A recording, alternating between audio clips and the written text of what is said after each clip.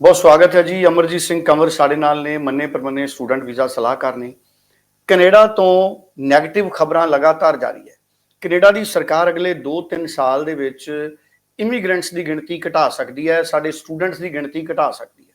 ਹਾਲਾਂਕਿ ਉਹਨਾਂ ਨੇ ਹਜੇ ਅਨਾਉਂਸਮੈਂਟ ਨਹੀਂ ਕੀਤੀ, ਪਰ ਜਿਹੜਾ ਟ੍ਰੈਂਡ ਹੈ ਰਿਜ਼ਲਟ ਦੇਣ ਦਾ ਜਾਂ ਉੱਥੋਂ ਦੇ ਪ੍ਰਾਈਮ ਮਿਨਿਸਟਰ ਦੇ ਬਿਆਨ ਨੇ ਉਹ ਇਸ ਪਾਸੇ ਇਸ਼ਾਰਾ ਕਰਦੇ ਨੇ। ਪੂਰੀ ਕਲੈਰਿਟੀ ਕੈਨੇਡਾ 'ਚ ਹੋਣ ਵਾਲਾ ਕੀ ਹੈ, अमरजीत सिंह कंवर साडे नाल सांझी करनगे। कंवर साहब बहुत स्वागत है। मैं चाहूंगा पूरी क्लैरिटी दियो। सो कनाडा के अंदर ओवरऑल अब पूरी गेम ही चेंज होती दिख रही है। जी हाँ, कनाडा जिस तरह से वीजास दे रहा है, जिस तरह से रिफ्यूजल्स दे रहा है, जिस तरह से वो सिलेक्शन कर रहा है लोगों की, और उसके हिसाब से आगे जो पीआर का प्रोसेस चल रहा है, ये दिखा रहा है कि कनाडा इमिग्रेशन के नंबर्स को बहुत ड्रास्टिकली कम करेगा अगले कम से कम 2-3 साल, जो उनकी कोशिश है, जिसके ऊपर कई बार जो इमिग्रेशन मिनिस्टर हैं उन्होंने भी कहा, ओपोजिशन में जो लोग हैं उन्होंने भी कहा, खुद मार्क कार्नी जो गवर्नमेंट के पीएम हैं प्रेजेंट के, उन्होंने भी ये स्टेटमेंट्स दी। और इसी रास्ते पे चलता हुआ अभी इमिग्रेशन डिपार्टमेंट दिख रहा है। जो पीआर के अप्रूवल्स आ रहे हैं, आईटीएस आ रहे हैं, उनकी गिनती बहुत कम है, काउंटिंग बहुत कम निकल के आ रही है।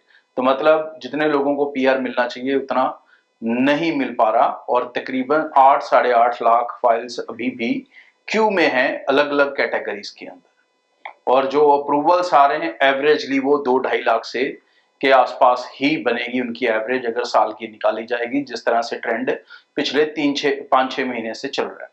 इसी तरह अगर हम स्टूडेंट का भी देखें तो जो सक्सेस रेट है वो काफी ज्यादा कम हो चुका है, खासकर कॉलेजेस में तो बिल्कुल ड्रॉप हो चुका है। सक्सेस रेट कॉलेजेस के अंदर 15-20-25% से ज्यादा मेरे ख्याल से प्रैक्टिकली नहीं है। 50-40% हम कहते हैं, बट मुझे लग रहा है कि वो ज्यादा कम हो रहा है, और बहुत ज्यादा रिफ्यूजल्स जो है वो डिप्लोमास में दिखने लगी है। बहुत कम स्टूडेंट्स मार्केट में दिख रहे हैं जिन्होंने वीजा हासिल किए हैं सक्सेसफुली।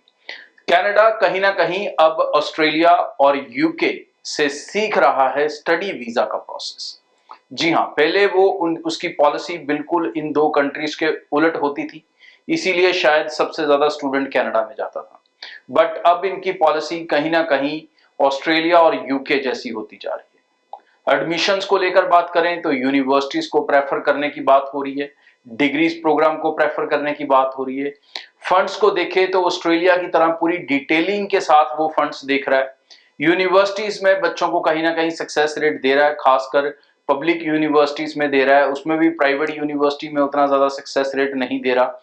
यूनिवर्सिटीज के अंदर अगर सक्सेस रेट की बात करें तो वो भी कोई 80-90% नहीं है, वो भी कहीं ना कहीं 60% के आसपास, मैक्सिमम 70% के आसपास ही सक्सेस रेट है, और अच्छे प्रोफाइल्स के ऊपर सक्सेस रेट है। ऐसे ऐसे बच्चे देखने को मिल रहे हैं जिनके साथ साथ बैंड हैं और रिफ्यूजल्स उनको आ रही हैं।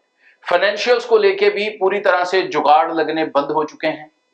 कोई बच्चा एफडी दिखाता है तो भी रिफ्यूजल आ रही है, कोई बच्चा बैंक बैलेंस सर्टिफिकेट दिखा रहा है सिर्फ क्योंकि उसके पास पुराने फंड नहीं है तो उस पर भी रिफ्यूजल आ रही है। कनाडा पर्टिकुलरली बैंक स्टेटमेंट मांग रहा है केप्स के अंदर, उसको फंड्स पुराने ही चाहिए। पुराने फंड्स मतलब कम से कम 3-4 महीने होने चाहिए। 6 मंथ की बैंक स्टेटमेंट आपको देनी जरूरी है। तो भाई कनाडा के अंदर जो बच्चे अभी अप्लाई करने की सोच रहे हैं, मैं किसी को रिग्रेट वो नहीं करता, नेगेटिव नहीं करता, बट सच्चाई पता होनी बहुत जरूरी है। तो भाई अब पहले जल्दबाजी एम्बेसी में या कॉलेज में फाइल लगाने की ना करें, पहले कंसल्टेंट के साथ मिलकर ये तय करें कि क्या आपकी फाइल एकेडमिक साइड से और फाइनेंशियल साइड से पूरी तरह रेडी है। अगर पूरी तरह रेडी है तो सितंबर इनटेक के लिए लगाएं, अगर पूरी तरह रेडी नहीं है तो चाहे जनवरी इनटेक लगाना पड़े उसके लिए लगाओ, क्योंकि एकेडमिक आपके कंट्रोल में है। आईएलटीएस पीटी आप दोबारा कर सकते हो अगर कम है, स्कोर नहीं बदला जा सकता, बट फाइनेंशियल पार्ट के ऊपर बहुत मेहनत हो सकती है। सो पुराने फंड्स आप कर सकते हो उतने समय के अंदर, ठीक है नहीं, पैसों की सही अरेंजमेंट कर सकते हो, रिटर्न्स फाइल नहीं किए हैं, आईटीआर्स नहीं है वो फाइल कर सकते हो। ये सब चीजों के ऊपर अगर आप काम नहीं करेंगे, अगर आप गौर नहीं करेंगे तो रिफ्यूजल होने की प्रोबेबिलिटी बहुत हाई रहेगी। और सबसे इंपॉर्टेंट पॉइंट जिसको सबसे ज्यादा स्टूडेंट इग्नोर करता है, that is statement of purpose, SOP. अब भाई अगर आपकी एसओपी क्लियर नहीं है तो बहुत सारे बच्चों को ये रिफ्यूजल आ रहे हैं कि जो कोर्स आप यहाँ कर रहे हो वो तो आप इंडिया कर सकते थे, क्यों आ रहे हो भी यहाँ पे, ऐसा क्या है। ये क्यों आ रहे हैं? क्योंकि आप एसओपीज के अंदर अपने कोर्स के बेनिफिट नहीं दे पा रहे हो। आप एजुकेशन को कनाडा में क्यों करना चाहते हो, इसका कंपैरिजन आप नहीं दे पा रहे हो। आप अपने कोर्स के क्या फ्यूचर प्रोस्पेक्टिव्स हैं, कैसे वो आपके करियर को इंडिया में बेहतर करेगा, आप उसके ऊपर क्लैरिटीज नहीं दे पा रहे हो। जब तक आप इन चीजों पे काम नहीं करोगे तो आप कनाडा में निराशा देखने की प्रोबेबिलिटी, चांसेस बहुत ज्यादा हाई साइड रहेंगे। बहुत कम बच्चे वीजा सक्सेसफुली हासिल कर पा रहे हैं और वही कर पा रहे हैं जिनके प्रोफाइल्स एकदम शानदार वाले हैं। तो आई रिकमेंड यू कि अपने केसेस के ऊपर, अपने फाइल्स के ऊपर, अपनी प्रोफाइल्स के ऊपर खुद भी काम करना शुरू करें, सिर्फ एजेंट के ऊपर ना छोड़ें। अगर आप इसके ऊपर ध्यान नहीं देंगे तो रिजल्ट नेगेटिव दिखेंगे। आने वाले दिनों में मेरी स्टूडेंट वीजा ड्राइव है जिसमें मैं पर्सनली आप लोगों से मिलूंगा। ये सफर तकरीबन 9 तारीख मंडे से शुरू हो जाएगा। स्क्रीन्स पे डेट्स आपको दिख रही हैं।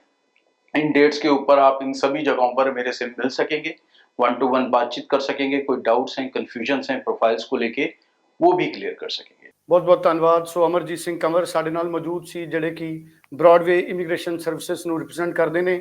ਸਕਰੀਨ ਤੇ ਨੰਬਰ ਹੈ 90238 90238। ਸਾਰੇ ਵਿਦਿਆਰਥੀ ਇਸ ਨੰਬਰ ਤੇ ਟੈਲੀਫੋਨ ਕਰ ਸਕਦੇ ਨੇ। ਅਮਰਜੀਤ ਸਿੰਘ ਕੰਵਰ ਉਹਨਾਂ ਦੇ ਨਾਲ ਸਿੱਧਾ ਰਾਬਤਾ ਤੁਸੀਂ ਬਣਾ ਸਕਦੇ ਹੋ, ਜ਼ਿਆਦਾ ਜਾਣਕਾਰੀ ਹਾਸਲ ਕਰ ਸਕਦੇ ਹੋ। ਕੋਈ ਕਨਫਿਊਜ਼ਨ ਹੈ ਤੇ ਤੁਸੀਂ ਤੁਰੰਤ ਫੋਨ ਕਰੋ ਤੇ ਆਪਣੀ ਕਨਫਿਊਜ਼ਨ ਦੂਰ ਕਰੋ। ਤੁਸੀਂ ਨੇੜੇ ਦੇ ਬ੍ਰਾਂਚ ਵਿਜ਼ਿਟ ਕਰ ਸਕਦੇ ਹੋ। ਬਹੁਤ ਬਹੁਤ ਧੰਨਵਾਦ।